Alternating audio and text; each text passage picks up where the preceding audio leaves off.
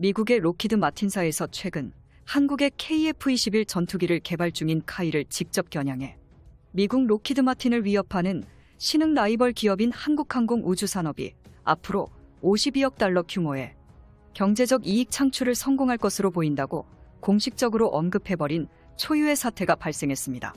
이게 대체 어떻게 된 일일까요?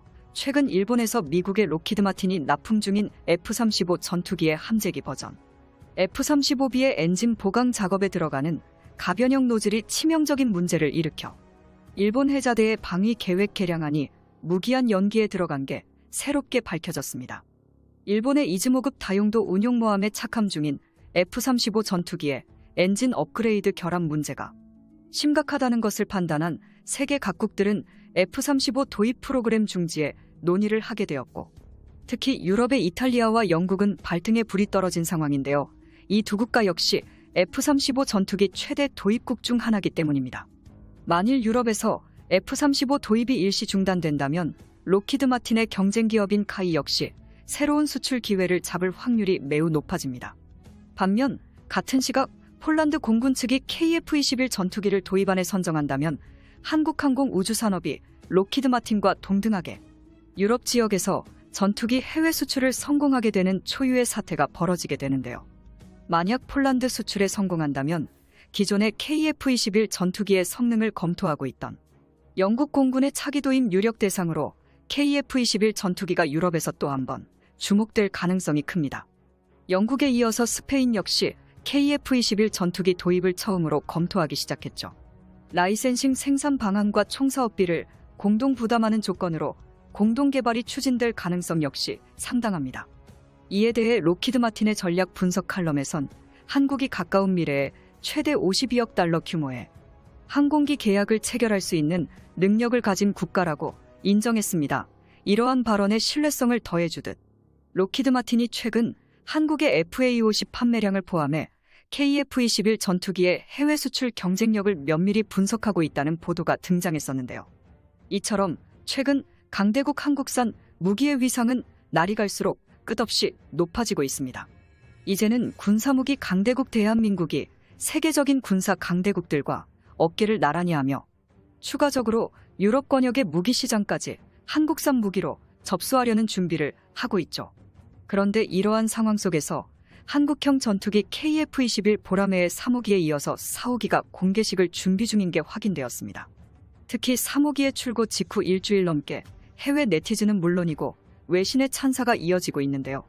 KF-21은 미국이 해외에 수출하는 F-35보다 가격이 훨씬 낮을 것으로 예상되기에 상당한 수출 잠재력을 가지고 있다고 높게 평가한 부분인데요. 실제로 많은 사람들이 의구심을 가졌던 KF-21이 실제로 선보이게 되면서 한국에서 전투기 개발을 할 수 있을까라는 의문의 종지부를 찍게 된 것입니다.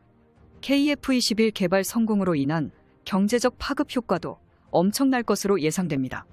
3만여 개의 세부 부품의 국산화율이 65% 이상이기 때문에 개발 과정에서만 이미 1만 2천 개 일자리가 창출됐었죠. 본격 양산을 하게 되면 10만 개의 일자리가 추가로 생기고 5조 9천억 원의 부가가치가 창출될 것으로 예상하고 있습니다. KF-21의 비상이 시작됐습니다. 내년부터 2026년까지 수천 번의 테스트 비행을 거쳐야 양산에 돌입할 수 있죠. 이제는 우리 국민들이 힘찬 응원과 박수를 보내야 할 때입니다. 록히드 마틴에 이어서 다른 군사 전문 매체들도 앞다투어 KF-21 보라매 시제기에 관해서 긍정적인 기사 인사를 냈는데요. KF-21을 만든 KAI가 2030년에는 세계에서 7번째 규모의 항공우주 산업체가 될 것으로 전망하기까지 했죠. 외신들이 KF-21을 이토록 환호하는 이유가 있습니다. 첨단 기술의 집약체인 전투기 개발은 진입 장벽이 보통 높은 게 아닙니다. 수십 년간 축적된 기술은 절대 외부에 공개하지 않을 뿐더러 선발 주자들이 막대한 개발비를 매출로 회수한 후부터는 가격까지 합리적인 전투기를 양산하기 때문입니다. 애초에 개발 자체도 천문학적인 액수의 돈이 드는데 개발하고 나서는 가격 경쟁력과 영업력까지 갖춰야 하니 일반적인 국가들은 뛰어들 엄두도 내지 못하는 것이죠. 이 때문에 한국이 20년 전 자체 전투기를 개발하겠다고 선언했을 때 대부분의 국가나 군사 전문가들은 코웃음을 쳤습니다.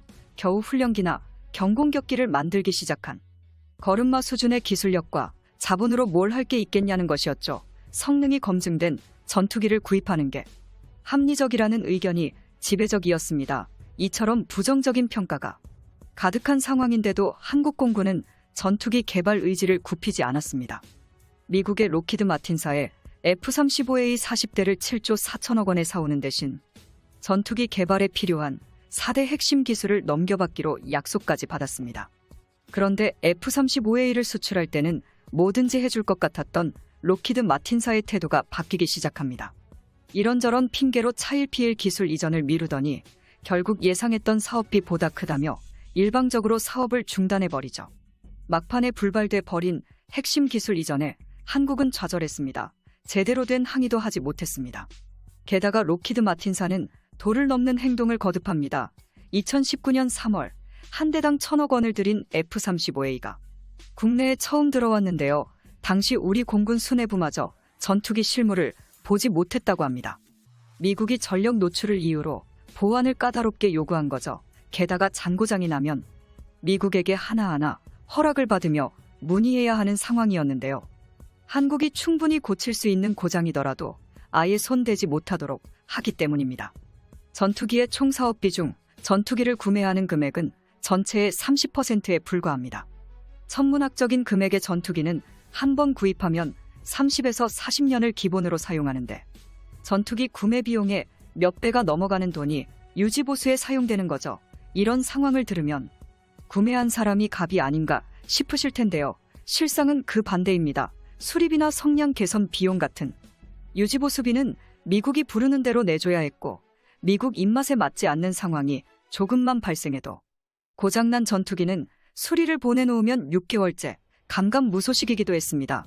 이처럼 로키드 마틴사의 갑질은 수년째 계속되었습니다. 수많은 문제를 해결하기 위해 한국 정부는 자체 전투기를 개발하기로 결단을 내립니다. 개발까지는 물론 엄청난 비용이 들어가지만 향후 몇십 년 후를 생각하면 마냥 손 놓고 있을 수만은 없었습니다. 실제로 한국이 개발한 TOC 훈련기를 공군이 사용하면서 과거에 겪었던 부당한 일들이 사라지다시피 했습니다. 수리만 몇 개월 기다리며 아쉬운 소리를 해야 했던 과거와 달리 KAI에 전화하면 며칠이면 해결되기 때문이죠. 이런 상황을 몇십 년간 겪은 공군의 자체 전투기 개발 의지는 누구도 꺾을 수 없었습니다. KF-21 보라매가 양산되어 보급 가능한 시점이 되면 전투기 때문에 로키드 마틴사의 수모를 당하거나 미국에게 아쉬운 소리를 해야 할 필요가 없어질지도 모릅니다. 설마 한국이 전투기 개발을 할 수 있겠어라는 생각으로 한국을 무시하고 깔봤던 로키드 마틴사가 요즘 바짝 긴장해 있는 이유입니다. 오늘 영상 여기서 마치겠습니다. 시청자님들의 구독과 알림 설정 진심으로 감사드립니다. 여기까지 대고구려 제국이었습니다. 땡큐 포 와칭.